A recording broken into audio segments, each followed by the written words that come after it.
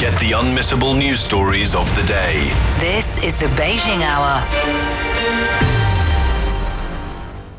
Examining the events that impact and shape China and the rest of the world.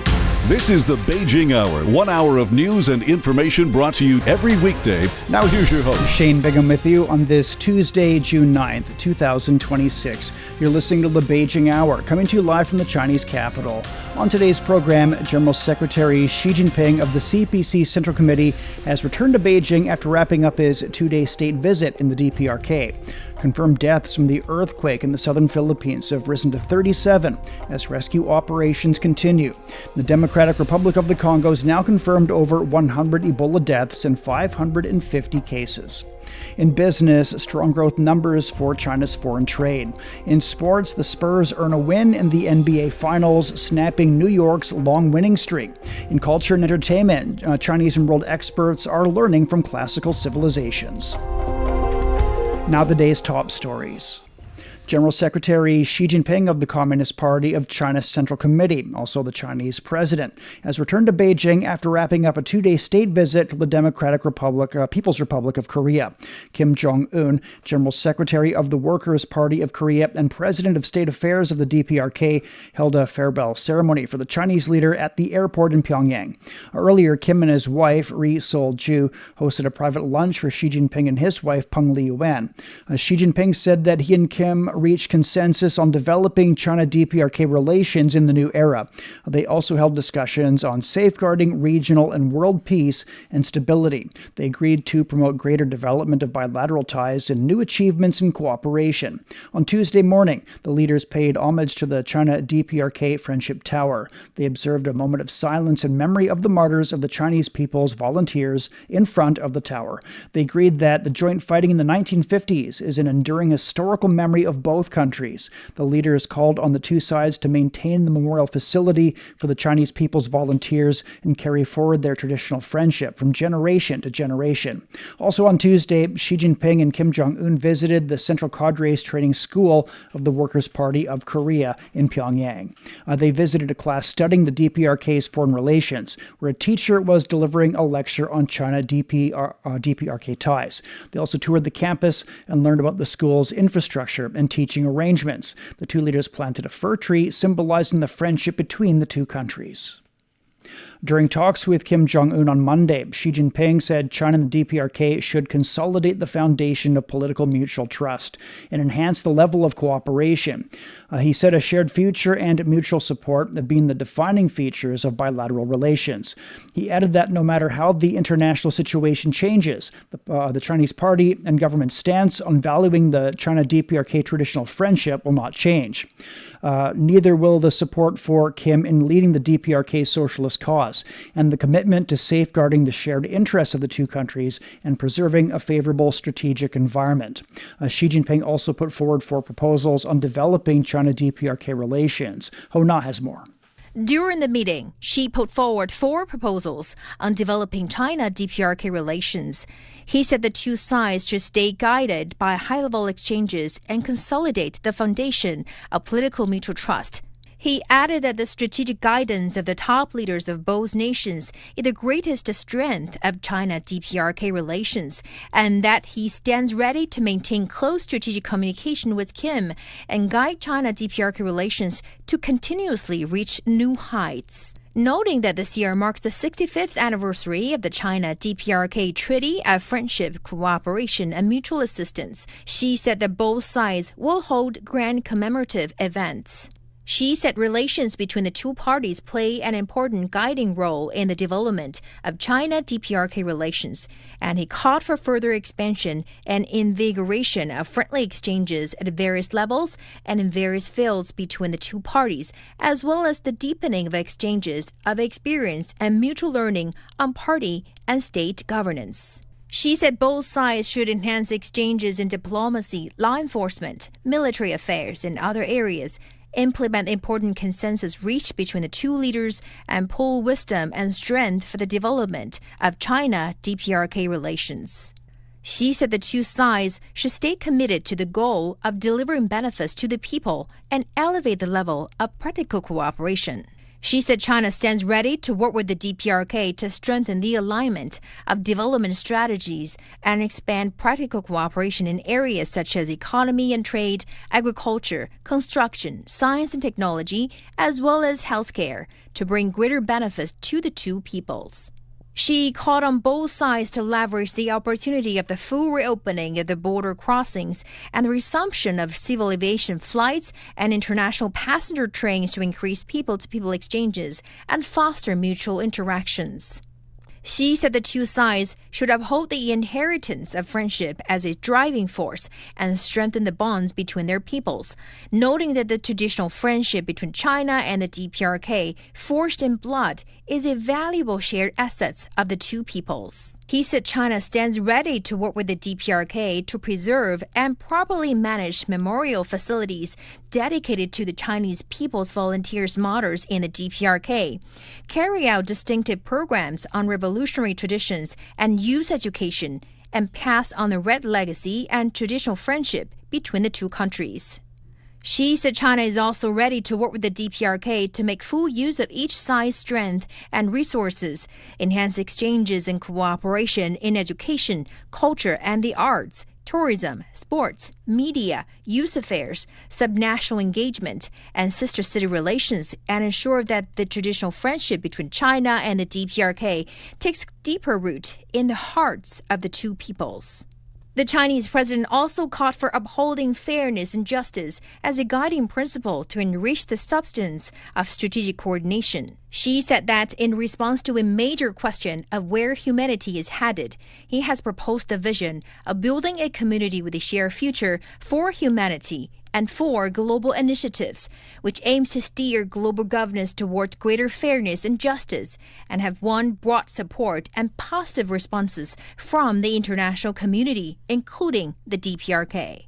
Noting that Asia is the common home where regional countries, including China and the DPRK, live and thrive, she said that the two countries should strengthen strategic coordination, firmly safeguard their respective sovereignty, security, and development interests, and jointly uphold regional peace and development. Kim Jong-un said Xi Jinping's visit once again shows how unbreakable the DPRK-China relationship is. He said the DPRK will uphold the One China principle, support China in defending its core interests, and consolidate the DPRK-China friendship in the new era. He said the DPRK will build a model of interstate relations with China, working together to contribute to regional and world peace, stability, and prosperity. Leaders of China and the DPRK expressed commitment to further strengthening bilateral ties and cooperation in a welcome banquet in Pyongyang. General Secretary Xi Jinping of the Communist Party of China's Central Committee said the two countries will promote the high-level development of China-DPRK relations. He said China wishes the DPRK continued progress in achieving the goals set by the 9th Congress of the Workers' Party of Korea under the leadership of Kim Jong-un, and open up new prospects for the country's socialist cause. Kim said they've reached a consensus on advancing bilateral relations, which will further promote the friendship and contribute to peace and stability. Following the banquet, Xi Jinping and his wife, Peng Liyuan, watched an artistic performance accompanied by Kim Jong-un, his wife, Ri Sol-ju, and local people from all walks of life. The performers expressed welcome to Xi Jinping and voiced sincere feelings for further strengthening the traditional friendly bilateral cooperation. Coming up, rescue efforts continue following the deadly earthquake in the southern Philippines. You've been listening to programs from CGTN Radio. CGTN Radio. We invite you to visit us online for more audio, pictures, and in-depth reports. At radio.cgtn.com, you can access a wide range of programs and find your favorite news, talk, features, entertainment shows, and podcasts. Hear the difference with CGTN Radio. It's 9 minutes past the hour. The 7.9 magnitude earthquake that struck the southern Philippines on Monday has killed at least 37 people and injured 500 others. Our rescue efforts are underway with over 100 aftershocks recorded ranging from 1.3 to 6.7. Gretchen Malalad reports. The powerful earthquake unleashed widespread destruction across parts of Mindanao, reducing buildings to rubble, damaging roads and infrastructure, and forcing thousands of residents into the streets. This is the strongest quake to strike the Philippines this year. It's centered at sea at a depth of 33 kilometers, about 32 kilometers southwest of Maasim town in Sarangani province, according to the Philippine Institute of Volcanology and Seismology. It was the first day of classes for thousands of students across Mindanao after the summer break, but instead of a return to normal school routines, they were met by a powerful earthquake that sent classrooms and school grounds shaking, triggering panic among students and teachers. Emergency crews rushed to affected areas as hospitals struggled to care for a growing number of victims. Initial reports indicate fatalities as authorities work to determine the full scale of the disaster. The regions most affected include Regions 9 and 11, as well as the Bangsamoro Autonomous Region in Muslim Mindanao. The quake was also felt across several provinces in Mindanao and parts of the Visayas. Initial reports indicate that a number of buildings and bridges have collapsed. We are still assessing the full extent of the damage, and emergency response operations continue. The powerful quake sent shock waves far beyond the Philippines. Tsunami waves of up to 1 meter were recorded along the coast of Sultan Kudarat and Sarangani, while neighboring Malaysia issued a warning for Sabah State on Borneo Island.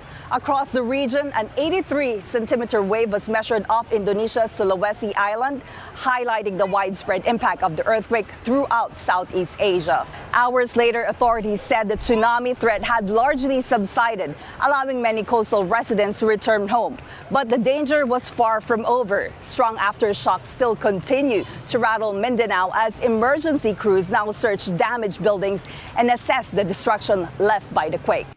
That was Gretchen Malalad reporting.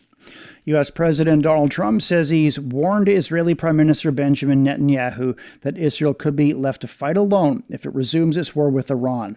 He says Israel gave Washington very late notice before the first exchange of fire between Iran and Israel since April's ceasefire. Iran and Israel now say they're halting attacks on each other. Iranian Foreign Ministry spokesperson Esmail Baghaei says his country decided to improve its ties with neighboring countries after Tehran launched attacks on U.S. military bases in Gulf nations. We are determined to repair relations with the countries of the region. The policy of good neighborliness with all the countries of the region is a policy of stability. We should keep in mind that the events that have occurred in these 3 months were not Iran's fault. And we have already warned the neighboring countries many times to please not allow your territory and facilities to be misused by America and Israel to attack Iran. Unfortunately, these measures and warnings were not heeded in practice. Despite this, we have always said that as permanent neighbors and as countries with many similar historical, cultural, and religious issues, we must strive to create a safe and self-reliant region out of a sense of regional security. And we are determined in this regard and will definitely continue this process. That was Iranian Foreign Ministry spokesperson Esmail Baghaei. And for more on the situation in Iran, here's Ehsan Kevani in Tehran. Monday, local officials reported that Karun Petrochemical Company in Mashhad, south of Iran, was hit by an Israeli aerial attack. Projectiles damaged parts of the facility. Authorities issued an emergency evacuation for daytime staff, while operational personnel were ordered to remain on duty. In response to the Islamic Revolution Guard Corps, the IRGC says it targeted similar petrochemical facilities in Haifa with ballistic missiles. The IRGC has warned that attacks on Iran's energy infrastructures will expand the scope of regional confrontation and that the U.S. will bear responsibility for the consequences. According to a military source, Iran is prepared for a prolonged conflict with Israel and for striking U.S. interests in the region.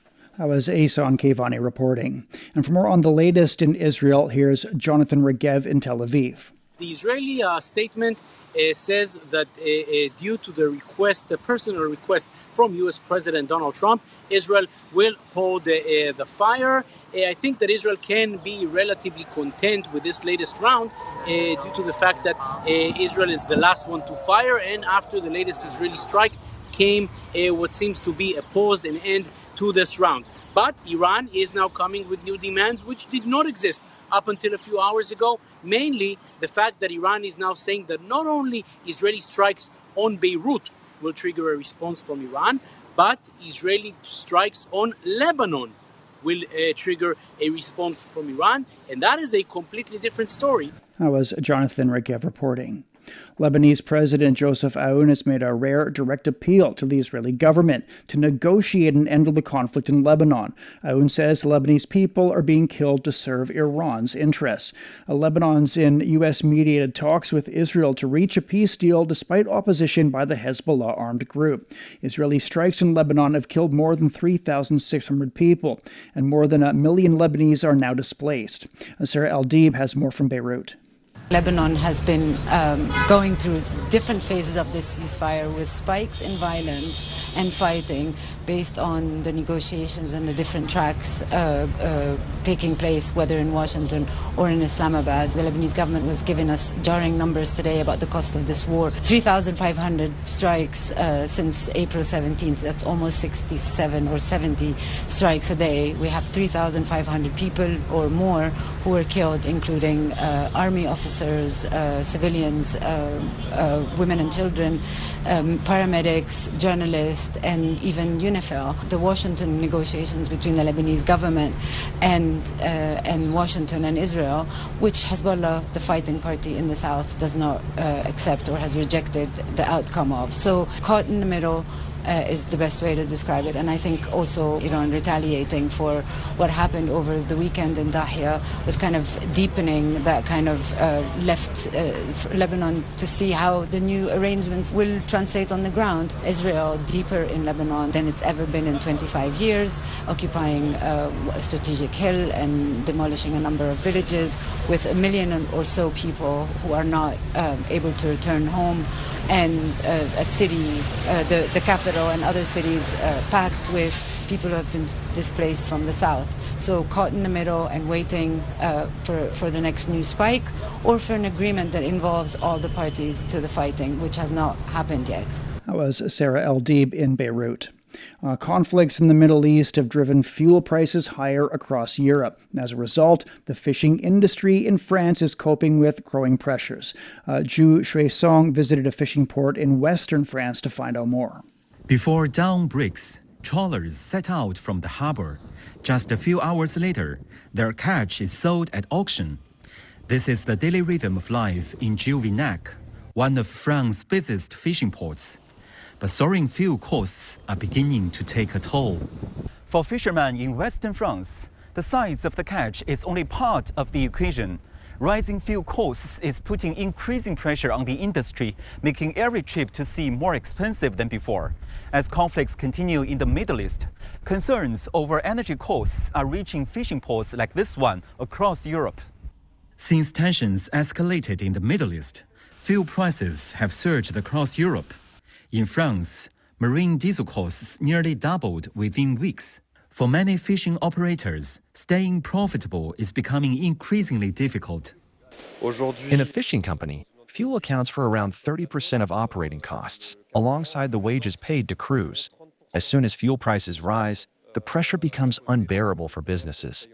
For France's deep-sea fleets operating across the Indian Ocean, the difficulties faced are more than fuel prices alone. Today, because all these forces are occupied in Hormuz Straits and in the Persian Gulf, there is less protection in Somalia, and that means that the piracy is rising again.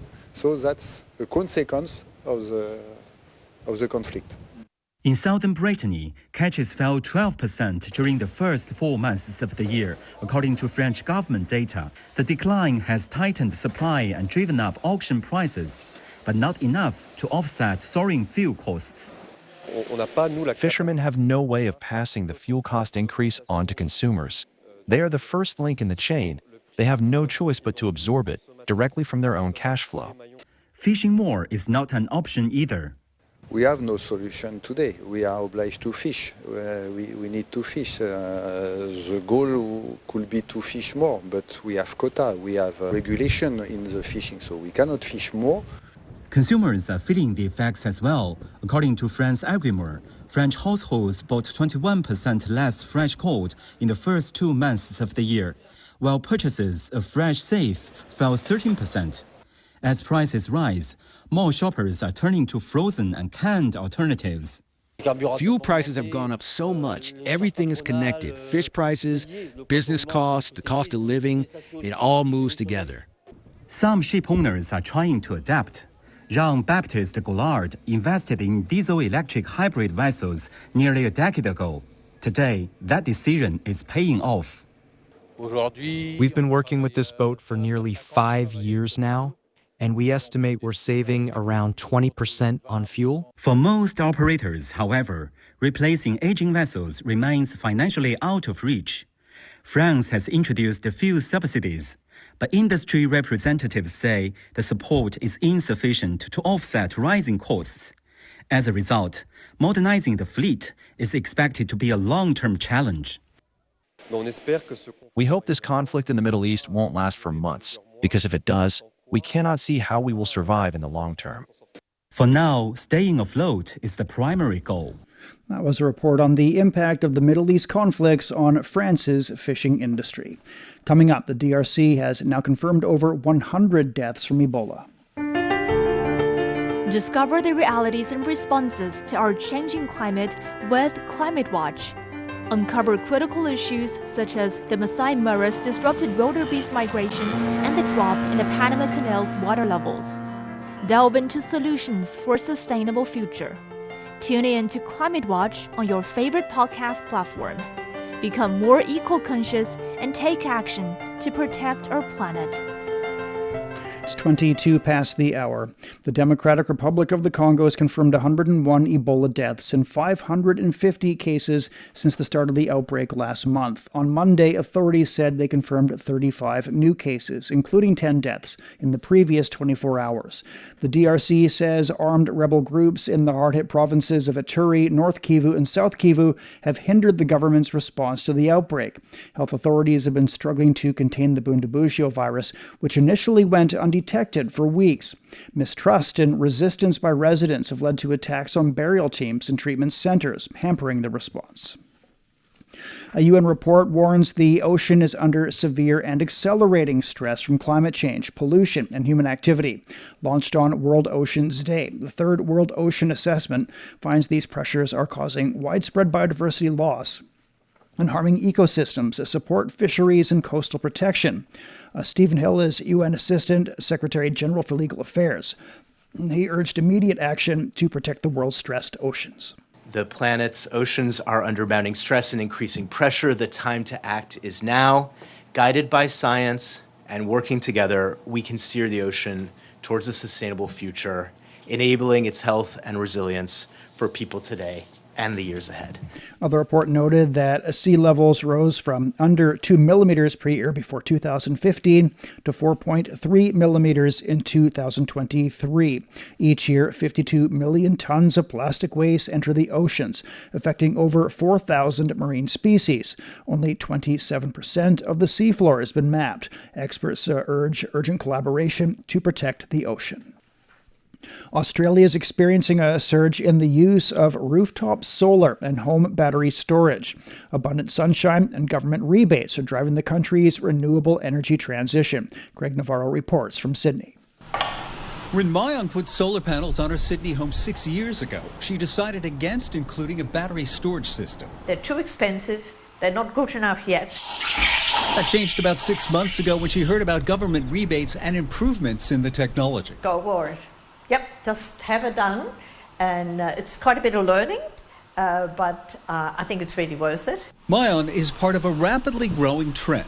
According to industry figures, Australia has installed more than 420,000 home battery systems, making it one of the world's fastest growing household battery markets. To put that into perspective, a year ago, 1 in every 500 Australian households had home battery systems. Today, it's 1 in every 8 households. That growth is significant in a country where 1/3 of the households already generate electricity from rooftop solar panels. There's two factors at play, I think. Firstly, a government subsidy scheme. That's a relatively generous government subsidy scheme trying to drive this. Secondly, I have to pay tribute, I think, to Chinese innovation and investment. That has driven down the cost of batteries significantly over the last few years. Australia has long relied on coal-fired power generation, giving it one of the highest per capita emission rates in the developed world. The solar boom here is lowering the country's emissions without relying on large-scale renewable energy projects. A small system on a house requires 2 people with relatively low skills to install the solar and the battery system, and they do it in one day with no need for planning, no one getting upset in the broader community, no need for upgrades of huge power lines. The impact is becoming increasingly visible. Renewables now account for about half of Australia's electricity generation, driven largely by rooftop solar. For many consumers, the appeal is about saving money. I don't use the grid at all. I use my solar, my battery, the free electricity I get. It's now by far and away the cheapest form of energy, which is why people embrace it. And it's why it's a model, I think, that we're rolling out in Australia that I think the rest of the world should look to. Because Australia's experience suggests part of the answer to lowering emissions while keeping electricity affordable may already be sitting on the rooftops of ordinary homes. That was Greg Navarro reporting. A delegation of global media leaders and social media influencers are visiting Chongqing. The visit offers them a first-hand look at how the southwestern Chinese city is bridging the gap between its ancient heritage and a high-tech future. Gong Meng has more. More than 30 journalists from Central and Eastern Europe and Latin America began their trip by exploring Chongqing's UNESCO World Heritage Dazu rock carvings. To bring these ancient relics to life, the delegation first experienced a 360-degree dome film. This immersive cinematic experience reconstructs the 1,000-year history of the carvings and reviews delicate, high-tech restoration work underway to preserve them. I've been really struck by how you'll combine tech, high-quality tech experiences with the preservation of actual artifacts from so long ago. Watching all of these statues in that movie, everywhere you look, there's great detail. It made it a fully century experience. So it actually made me a little bit emotional. That emotional connection came alive as the journalists stepped out of the theater and stood face to face with the actual cliffside carvings. It's very revolutionary because, as we saw first in the movie, it looked gigantic, it looked amazing, and it was the same energy when we came here, but it was twice better. This place with a lot of history, with a lot of cultural heritage that can pass to everyone to show how amazing China it is. The delegation next ventured into Western China's largest all-in-one virtual filming studio in Yongchuan district. Here, history made way for futuristic imagination. The journalists witnessed real-time film production, where AI-powered technology enables instant scene switching and seamless integration of real actors into virtual environments. The studio is awesome because it's so big, have more technology that permits the evolution of the cinema. It's a crazy thing because the Chongqing combined the technology and the history, and there is so attractive for the tourist. Technology is amazing, very impressive. They use some AI that's the most advanced, so the mix human action and AI, I think is great. Through the eyes of international journalists, Chongqing offers a window into China's high-quality development. By integrating cutting-edge tech into cultural heritage and film industries, this city is showing how smart technology is empowering industrial upgrading and a future-ready Chinese economy. That was Gong Meng reporting. We're at 29 past the hour. Checking the forecast, and Beijing will be cloudy tonight and tomorrow. A low of 16 expected. It's up to 25 on Wednesday. Shanghai will see showers this evening, becoming overcast tomorrow. A low of 19. The high is 30. Chongqing will be overcast through tomorrow. A low of 19 and a high of 27. Nanchang will see thunder showers tonight, becoming sunny with a low of 18 and a high of 29. Lhasa will be cloudy tonight and tomorrow. A low of 14 and a high of 25 degrees.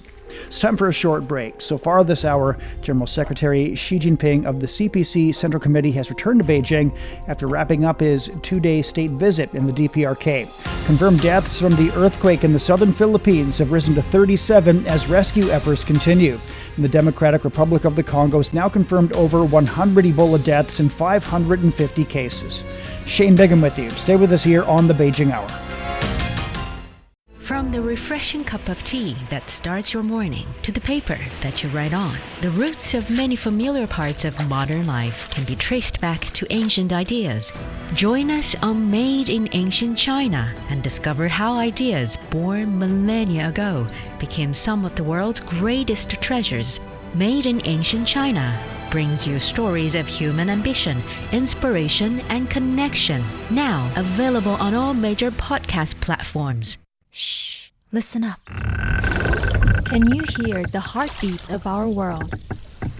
It's vibrant and pulsating with the essence of life itself. From the stem of trees to the gurgle of rivers. From the silent strength of mountains to the icy whispers of glaciers. Even the solid ground beneath our feet. Right there, in the midst of all, beats the heart of humanity. What if those other heartbeats were to stop? Would ours keep on ticking? Examining the events that impact and shape China and the rest of the world. This is the Beijing Hour, 1 hour of news and information brought to you every weekday. Now here's your host. Shane Bigham with you on this Tuesday. Still to come. In business, strong growth numbers for China's foreign trade. In sports, the Spurs earn a win in the NBA Finals, snapping New York's long winning streak. In culture and entertainment, Chinese and world experts are learning from classical civilizations. To contact us, you can email radio@cgtn.com or follow our X account @CGTNradio. Now checking the day's headlines. China and Georgia have agreed to upgrade ties to a comprehensive strategic partnership. This came as the two presidents exchanged congratulatory messages on the 34th anniversary of diplomatic relations. Chinese President Xi Jinping has since said the establishment of a strategic partnership in 2023 has meant that political mutual trust has grown stronger, cooperation's accelerated, and multilateral coordination has become more effective. His Georgian counterpart said the elevation of ties will create more opportunities for cooperation. Chinese President Xi Jinping has congratulated Louise Arbour on her assuming office as Governor General of Canada. President Xi said the sound and steady development of China-Canada ties not only serves the common interests of both countries, but is also conducive to world peace, stability, development, and prosperity. He said he stands ready to work with Governor General Arbour to advance a new strategic partnership. China's begun construction on a massive new waterway project on the Yangtze River at the Three Gorges Dam. The 77.2 billion yuan project will add the world's largest inland ship lock, nearly doubling the annual cargo capacity to 336 million tons. Engineers say the design includes fish passages to protect aquatic life. The current lock exceeded its design capacity 19 years ahead of schedule, handling over 170 million tons last year. The new lock will ease shipping delays and cut trade costs, connecting inland regions to global markets. And construction is set to take roughly 9 years. Chinese marine engineers are closely monitoring coral reefs in the South China Sea to protect marine ecosystems.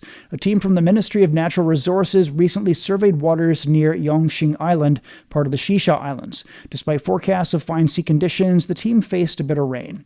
And after that rain stopped, engineers like Zhang Yuanzhou quickly began their tasks. The first task is to conduct a coral reef survey, and the second is to do some maintenance on a set of underwater equipment. Divers had to navigate sharp reefs, avoid poisonous marine life, and watch for dangerous currents, all while coordinating with colleagues on board. Despite the risk, the team completed their work successfully. And the efforts are paying off. According to a bulletin in 2025, 5 key coral clusters in China have shown recovery. A U.S. Army Apache helicopter gunship has crashed near the Strait of Hormuz. It went down on Monday. The New York Times reported that the 2 crew members were rescued. The report said the cause of the crash remains unclear and an investigation is underway. Local media has cited U.S. President Donald Trump saying that the pilots are fine and a report will be issued later on the incident. The United Nations has paid tribute to a record number of its personnel killed in the line of duty. Secretary General Antonio Guterres said 136 UN staff members died in 2025, and among them are 80 people who served with the UN aid agency in Gaza. More UN colleagues have been killed in Gaza than in any other conflict or disaster in the history of the United Nations. Some died alongside their families in their homes, in the places they sought refuge. Others were killed while carrying out their duties in offices, in shelters, and in communities they served. These tragedies weigh heavily on us all and should be remembered by the entire world. Let me be clear, UN personnel must never be targeted. The Secretary General honored their courage, compassion, and commitment. He said these workers chose to serve in the most dangerous places because they knew the world does not improve unless someone strives to improve it. He added that despite attacks on multilateralism, the fallen staff proved that unity is not a pipe dream. Sand has become a major environmental crisis. As a UN report warns, it's now the world's second most overexploited resource after water. Globally, nearly 50 billion tons of sand are mined each year, enough to build a wall around the Earth. But with demand growing for construction and tech, the supply of high-quality sand is shrinking. Experts warn that excessive mining destroys riverbeds and coastlines, increasing flood risks and harming marine life. Sand also acts as a natural barrier against rising sea levels, and its loss threatens coastal nations. The UN is urging governments to classify sand as a strategic resource, improving monitoring and promoting recycled building materials. Analysts say the lack of global awareness on the issue remains a serious concern. You're listening to the Beijing Hour. Coming up in business, strong growth numbers for China's foreign trade. The Beijing Hour, your window on China and the rest of the world. 37 past now. Stock markets on the Chinese mainland closed higher on Tuesday. The Shanghai Composite was up nearly 1.3%. The Shenzhen Component gained over 3%. Component and energy metal shares were among the top gainers. In Hong Kong, the Hang Seng Index declined almost 0.4%. Japan's Nikkei increased nearly 2.2%. China's foreign trade maintained solid growth momentum in the first 5 months of the year.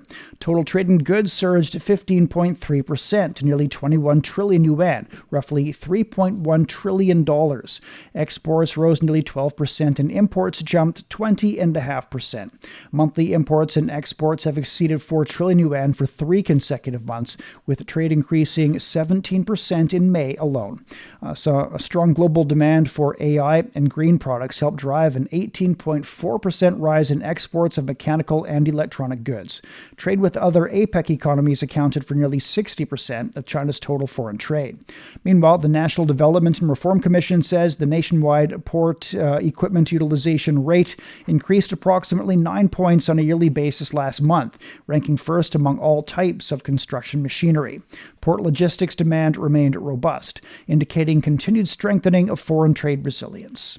And for more on China's trade performance, Lincoln Humphrey spoke with Hong Hao, managing partner at Lotus Asset Management. So what is the single most important takeaway from China's May foreign trade figures here, and how sustainable is the momentum we're seeing? Yeah, well, I think one of the most important takeaway is that, the momentum continue to accelerate going into the months of May. In April, I think the Chinese exports has been growing double digit, and many of us has been thinking that, wow, going into the next months, the growth may not be as high. But, surprisingly, I think this month, once again, we're beating expectation and registering very high double-digit exports growth. And also, people notice that, the high value-added component of the Chinese exports as a percentage of total exports also increasing. I think well over 50% of the Chinese exports now is in the high value-added industries. So I think as a result, we're seeing semiconductor exports and also other electronic equipment exports has been surging. And some of the items, the export growth has been more than double. So I think the momentum is good, and also the composition is well beyond expectation as well. So I think the market is responding to this set of numbers very positively. This double-digit export growth is in despite of intense geopolitical headwinds at the moment. Where does the core resilience of China's foreign trade actually lie today? Is it in that integrated industrial ecosystem that's been achieved over many decades, the diversification into emerging markets, or this AI-driven tech upcycle? Yeah, I think on one hand, it is the well-integrated supply chain system that China has been able to build over the past few years. China has now a very complete set of industry ecosystem in the semiconductor industry, and also in the EV industry, and also the new energy industry. So I think it's very, even if you allow foreign investments to come in to China, it's very difficult to penetrate and grab market share from Chinese manufacturers. And also Chinese manufacturers are starting to invest overseas to be better well suited to the local market's needs. Secondly, in the first half of the year, we're seeing overseas AI-related capex investment has been growing very rapidly as well. So I think as a result, the demand for AI equipment, semiconductors, has been surging all over the world. So we're expecting this trend to continue in the second half, and that would benefit many of the Chinese high-tech industries. I was managing partner Hong Hao at Lotus Asset Management talking about China's latest trade figures. Yiwu's foreign trade is surging, further cementing the city's reputation as a global sourcing hub. In 2025, imports and exports of the world's largest wholesale market for small commodities surpassed 800 billion yuan for the first time, and that's around 118 billion US dollars. Trade value reached over 836 billion yuan, a yearly increase of over 25%, and growth is carried on into this year. In the first quarter alone, trade exceeded 209 billion yuan, up 25%. Yiwu now trades with over 220 countries and regions, with particularly strong growth to ASEAN, Belt and Road partners, and Africa. China's investment in cutting-edge fields, such as artificial intelligence and humanoid robotics, increased approximately fivefold on a yearly basis in May. In infrastructure projects related to computing power, data, and networks, the value of contracts doubled compared with the same period last year. Last month, the country saw a 19.7% yearly increase in the number of patents granted in strategic emerging industries, with the growth rate accelerating by 2.2 points from the previous month. The country's top economic regulator says innovation outcomes are moving more swiftly from laboratories to production lines, becoming tangible drivers of productivity. Shanghai's launched the latest series of nighttime events to boost spending and create a vibrant atmosphere, adding fresh momentum to the city's nighttime economy. The Shanghai Night Series is part of the latest installment of a broader shopping festival which kicked off last month. Running through to September, Shanghai will launch nearly 200 special nighttime events, bringing vibrant nightlife to more neighborhoods, parks, and communities. This summer, the city's revitalized its nighttime spaces with a 5+5 model, focusing on 5 popular landmarks and 5 nightlife hotspots. Some districts have also taken further measures to attract consumers through nighttime coupons, encouraging shopping malls to extend business hours and offering free parking.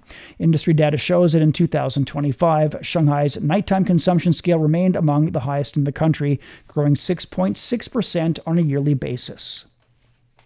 In recent years, Anhui Province has been at the forefront of China's new tech revolution and industrial upgrading. With rapid growth in advanced manufacturing and future-focused industries, the Eastern Province has become a leader in electric vehicles, artificial intelligence, and the low-altitude economy. Shui has more on the province's cutting-edge industrial landscape. In recent years, Anhui has been forging ahead in high-tech fields like new energy, AI, quantum technology, and low-altitude economy. In 2025, it became China's first province to rank top nationwide in passenger car output, NEV production, and auto exports, emerging as a new leader in the country's automotive industry. Earlier this year, NIO rolled out its 1 millionth vehicle in Hefei, hitting a new milestone. NIO has also advanced battery swap technology. A full battery change takes just 3 minutes now. By late May 2026, more than 3,800 battery swap stations had been built nationwide. China's auto sector is booming, and we work closely with industry leaders like Chery, BYD, and JAC. Anhui's cluster of more than 3,000 component enterprises strongly supports NIO. This year, we strive for new breakthroughs in output, exports, and battery swap networks. And when I arrived at Chery Automobile, another automotive giant, everything here was far beyond my expectations. I'm now at the headquarters of Chery, the largest exporter of vehicles in China. But the first thing I've got here is not the car. It's about robot. This traffic robot police is so cool. For passenger vehicles and robots to bring computer interfaces, this automaker, China's top auto exporter for 23 consecutive years, is rapidly expanding its global footprint and advancing future-focused industries. In fact, today's vehicles, especially smart cars, are essentially mobile robots. That's why we integrated our platforms on both sides. AI Moga is also Anhui's first platform and lab for in-vehicle and robot collaboration. Our core RD focus now is to connect vehicles and robots. Over the past 3 decades, leveraging our global presence and RD strengths, we have expanded into the smart industry. Chery robots are now present in more than 30 countries, including Malaysia, Indonesia, and South Africa. And home to 7 automotive OEMs, Anhui boasts over 3,000 major auto parts firms. Leading suppliers including Fuyao Glass, Goshen High Tech have settled here, forming a robust industry cluster. As we all know, Anhui's auto industry has grown rapidly and now ranks among the nation's best. That's the main reason we chose to build our plant here. The province has built up a complete supporting industrial chain. Waves of innovation are sweeping across this land along the Yangtze and Huaihe rivers. Leveraging its central location linking east, west, south, and north in China, Anhui is accelerating industrial upgrading and planning for future industries, powering China's modernization drive. That was Shui reporting. You're listening to the Beijing Hour, and coming up in sports, the Spurs earn a win in the NBA Finals, snapping New York's long winning streak. Sideline Story brings you all things sports related. The hottest topics, latest events, juiciest stories, all with a very personal take. Subscribe to Sideline Story Podcast for heated sports discussions covering events that are happening in China and around the world. 47 past now, and turning to sports. Here's Yang Guang. Thank you, Shane. In the must-win Game 3 of the NBA Finals, San Antonio fought back on the road to defeat New York 115-111. Young star Victor Wembanyama led the Spurs with a dominant performance, helping his team avoid a dreaded 3-0 deficit, a hole no NBA team has ever climbed out of. After dropping the first 2 games at home, San Antonio showed their resilience at Madison Square Garden. They built a double-digit lead early, but the Knicks stormed back to go ahead by 7 at halftime.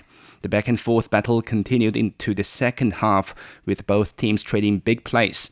In the end, a late mid-range jumper sealed win for the Spurs, snapping New York's 13-game playoff winning streak. Game 4 remains in New York on Wednesday, with the Knicks still holding a 2-1 series lead. In football, Denmark midfielder Christian Eriksen's condition is said to be improving, and he could be released from hospital following his collapse during the friendly against Ukraine. The 34-year-old clutched his chest in the 65th minute of Denmark's friendly against Ukraine in Odense on Sunday. After dropping to the ground, he received medical attention before walking off the field by himself. The Wolfsburg midfielder underwent more tests in hospital. Eriksen has a history with heart-related incidents on the pitch. He suffered a cardiac arrest while representing Denmark at the Euros in 2021 and had a pacemaker fitted afterwards.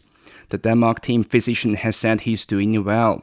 Eriksen has made 6 appearances for this year for Denmark, who didn't qualify for the World Cup. Michael Olise from the French national football team made a powerful statement ahead of the World Cup. The Bayern Munich forward scored a hat-trick to lead France to a 3-1 victory over Northern Ireland. The match also marked Didier Deschamps' final home game as head coach of the French national team. France broke the deadlock just before half-time with Alisi finding the net from close range. He struck again early in the second half to double the lead. Northern Ireland pulled one back with a fierce finish, but Alisi completed his hat-trick in the 75th minute with a stunning curling shot to the far corner. The Deschamps praised the hat-trick hero. Now Michael is in great form thanks to the season he's had at Bayern. With us as well, he's done some very good things and he's full of confidence. He's so decisive, and on top of that, for an attacking player, his ability to put in the effort is quite remarkable. So we need Michael at that level, along with others too. But credit to him, he arrived in the national team after very good Olympics and took lead well at the start. The first 3, 4, 5 minutes for him to really loosen up, because I'm not telling you anything new when I say he's not expressive character. He's rather introverted, but he's very endearing. The two-time World Cup winners now turn their attention to the tournament, where they will open their Group I campaign against Senegal on June the 16th.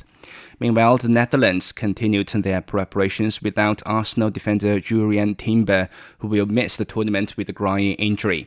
The Dutch edged Uzbekistan 2-1 in a behind-closed-doors friendly on Monday. Uzbekistan head coach and former World Cup winner Fabio Cannavaro reserved his post-game praise for Man City defender Abdulkadir Kusanov. The Italian also raised questions about why his team was subjected to a check from sniffer dogs before the match. They said to me it's the rules, but in the end the check was only for us. Of course, Kusanov is a good player. He can improve a lot. He's one of the most important our players. At the World Cup, Uzbekistan will compete in Group K alongside Colombia, Portugal and the DR Congo. And finally, the FIFA Arena has been inaugurated in Central Park in New York City with the announcement of a huge free watch party for the World Cup final.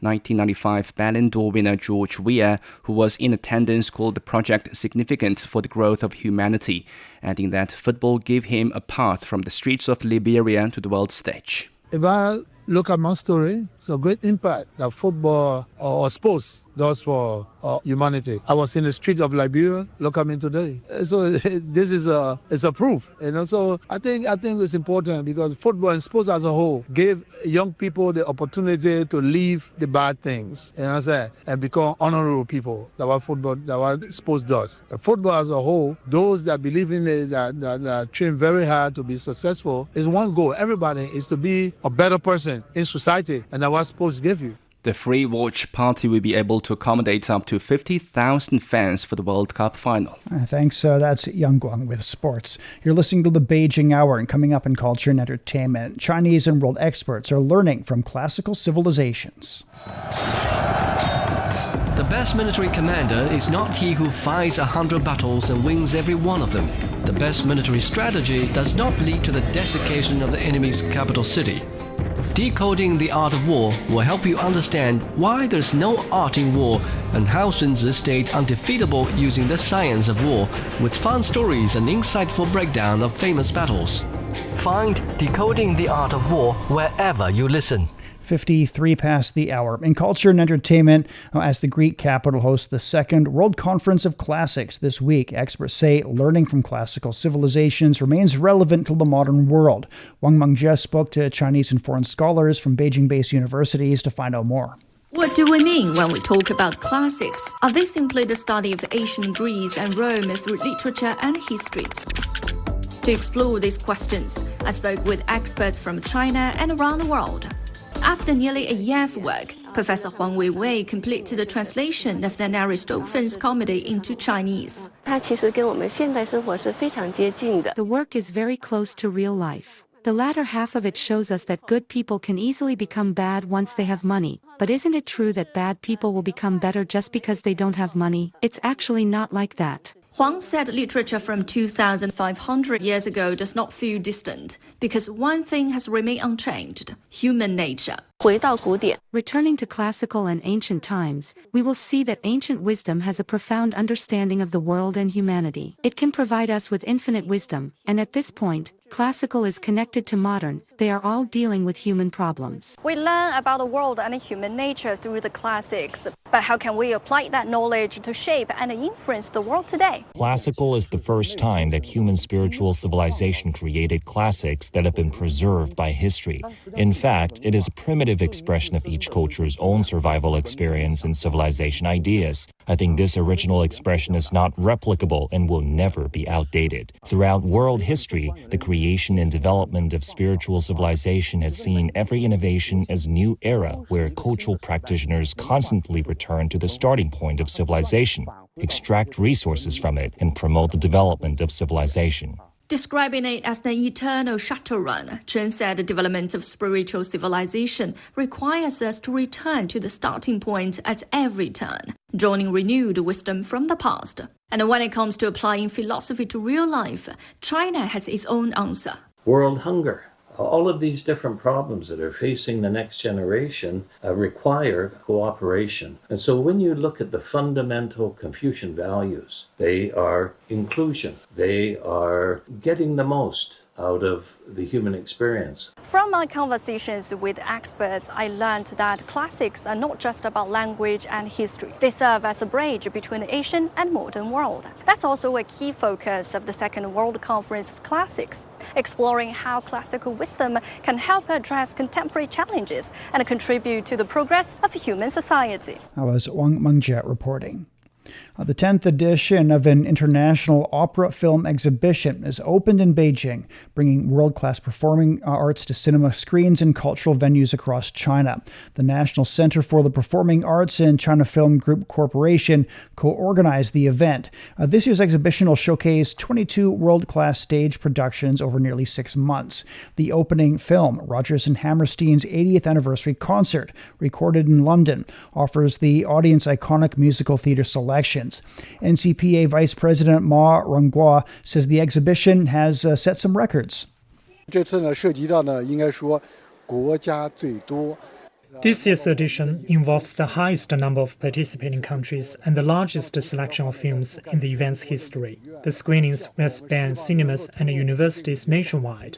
Through this platform, we hope to showcase charisma and performance of Chinese artists. Well, over the past decade, the International Opera Film Exhibition has successfully broken boundaries between live stage performances and the silver screen.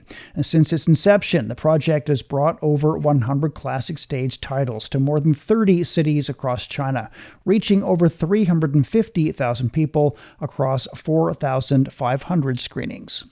We're at 57 past the hour. Beijing cloudy overnight and tomorrow, a low of 16 and the highs 25 for Wednesday. Shanghai will see showers tonight. It becomes overcast tomorrow, a low of 19, the high is 30. Chongqing will be overcast tonight and tomorrow, a low of 19, a high of 27. Nanchang will see thunder showers tonight, becoming sunny tomorrow, a low of 18 and a high of 29. Lhasa will be cloudy tonight and tomorrow, a low of 14 and a high of 25. Elsewhere in Asia, Islamabad will be clear tonight. It's becoming overcast tomorrow. The low is 26 degrees. It's up to 41 on Wednesday. And that's it for this edition of the Beijing Hour. Making news today, General Secretary Xi Jinping of the CPC Central Committee has returned to Beijing after wrapping up his 2-day state visit in the DPRK. And confirmed deaths from the earthquake in the southern Philippines have risen to 37 as rescue efforts continue. On behalf of the staff, Shane Bigham in the Chinese capital, hoping you'll join us for the next edition of the Beijing Hour and open a window to the world together. Find the Beijing Hour at precisely 6 p.m. Beijing time. We meet you on podcast and on air every weekday. The Beijing Hour, your window on China and the rest of the world. He can't live without the yellow river in his eyes. The yellow river is so noble and elegant. Both my grandpa and dad made a living from the river. Would you like to move away from the Yellow River? I don't think I will. I love it so much.